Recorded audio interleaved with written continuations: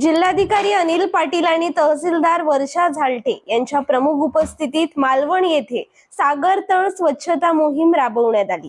यावेळी समुद्रातून 360 किलो अविघटनशील कचरा बाहेर काढण्यात आला। पाहूया।